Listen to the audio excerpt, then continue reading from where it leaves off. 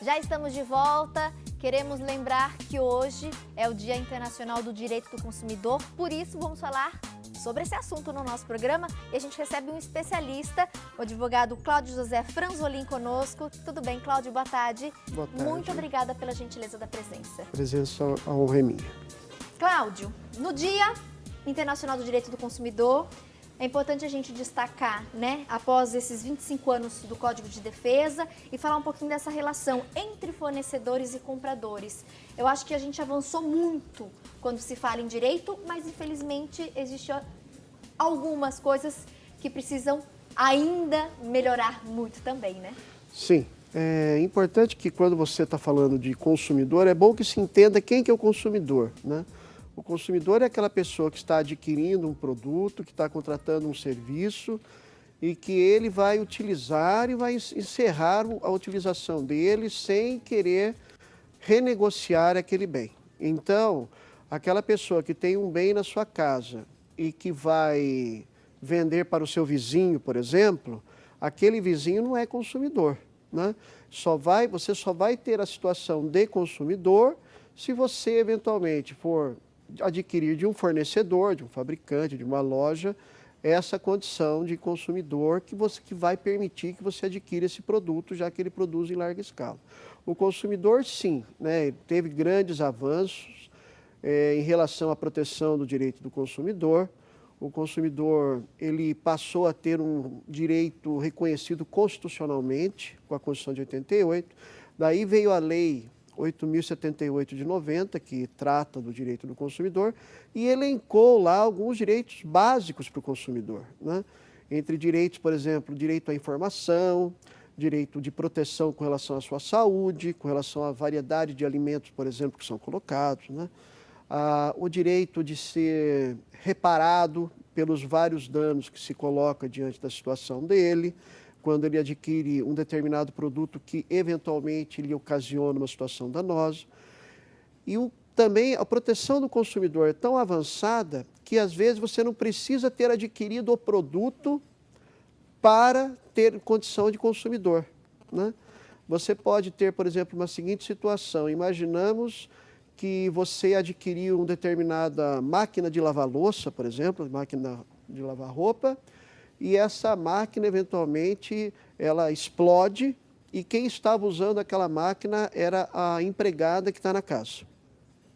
Aquela empregada não adquiriu a máquina, mas ela sofreu os efeitos decorrentes da explosão.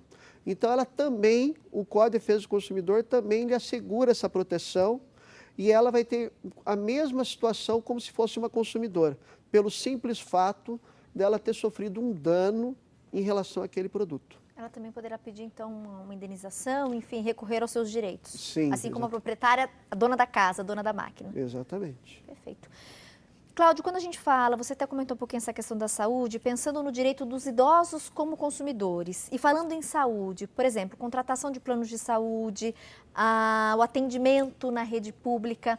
Vamos deixar claro exatamente qual o direito do idoso e se esse direito não for cumprido, se ele se sentir desrespeitado, onde ir, onde denunciar e como ele pode ir atrás para ter esse direito aí de fato cumprido.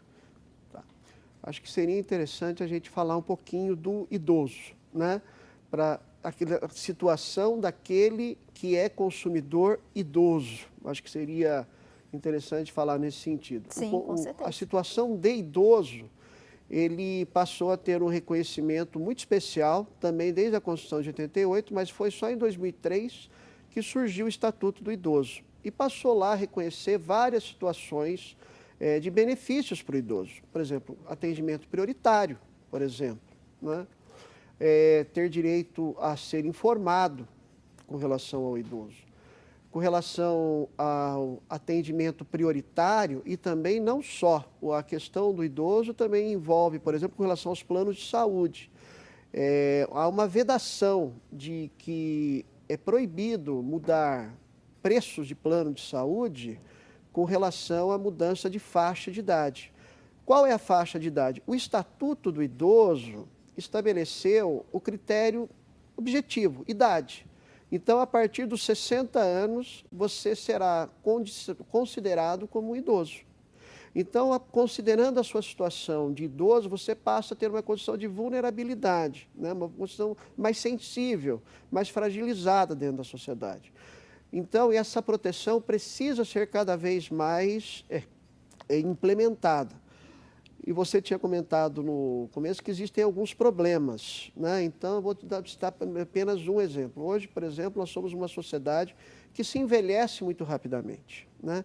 Por quê? Por conta de acessos aos mais variados mecanismos de tratamento, pelo próprio sistema de fornecimento de medicamentos, enfim, há vários aspectos relacionados do direito da saúde do consumidor idoso.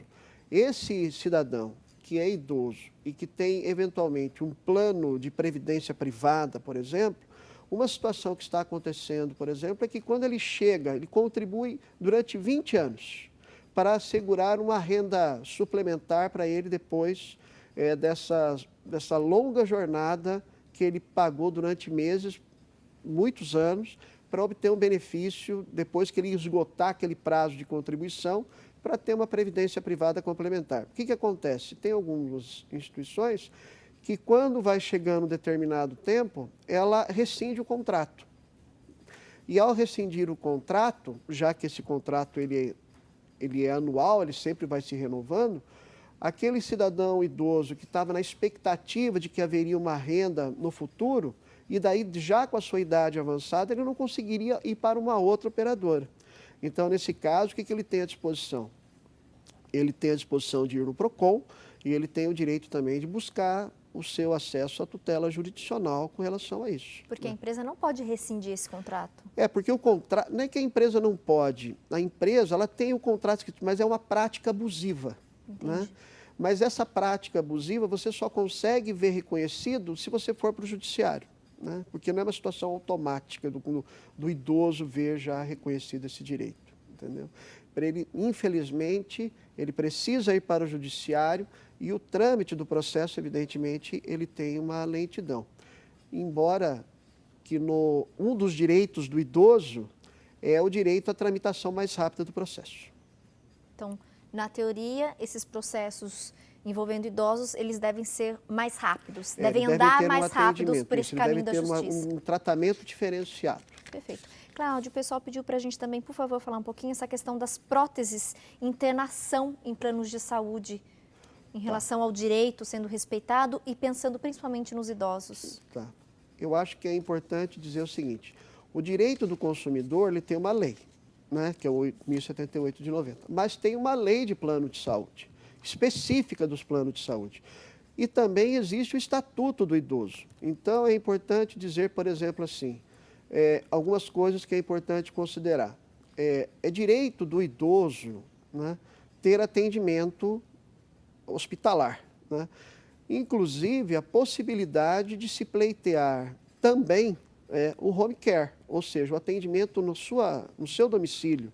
Se eventualmente aquele idoso tiver condições de se instalar o aparelhamento e que o hospital ou o plano de saúde deve prosseguir o tratamento na sua casa. É abusiva a cláusula, né? Uma cláusula abusiva, você excluir da cobertura que atendimentos domiciliares à base de home care sejam vedados. Com relação aos planos de saúde também, é importante que se diga que o consumidor, principalmente o idoso, ele tem o direito de ser informado de maneira muito simples e da maneira mais clara possível sobre as coberturas que envolvem aquele plano de saúde, né? Justamente para não ter termos muito técnicos, muito científicos.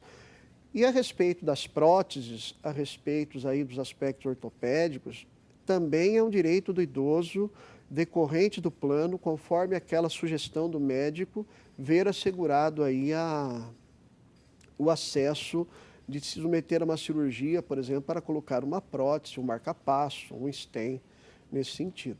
Cláudio, saindo um pouquinho do campo da saúde, quando a gente fala em arte, em cultura, hoje o idoso, portanto as pessoas que têm mais de 60 anos, elas devem pagar apenas meia entrada. Então, por um show, por um teatro, um cinema, todas aquelas pessoas que estão nos assistindo, que têm mais de 60 anos, elas têm esse direito garantido. Elas pagam meia. Sim. Como os estudantes. Isso. Elas têm, inclusive, até por conta de que é preciso mudar um pouco a mentalidade de que o idoso, ele tem a mesma dignidade de qualquer cidadão, né?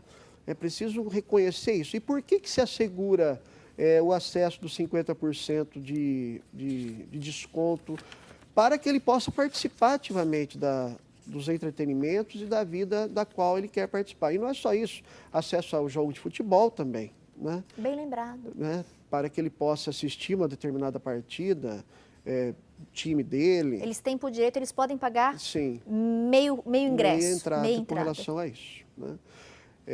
Eventualmente no cinema e assim sucessivamente. A questão do transporte, tem algo que você destacaria para a gente? Esses direitos que estão previstos em lei? Tá. Pensando também no idoso? Sem dúvida. Porque a gente tem tanto transporte, né, na cidade, quanto interestadual, enfim.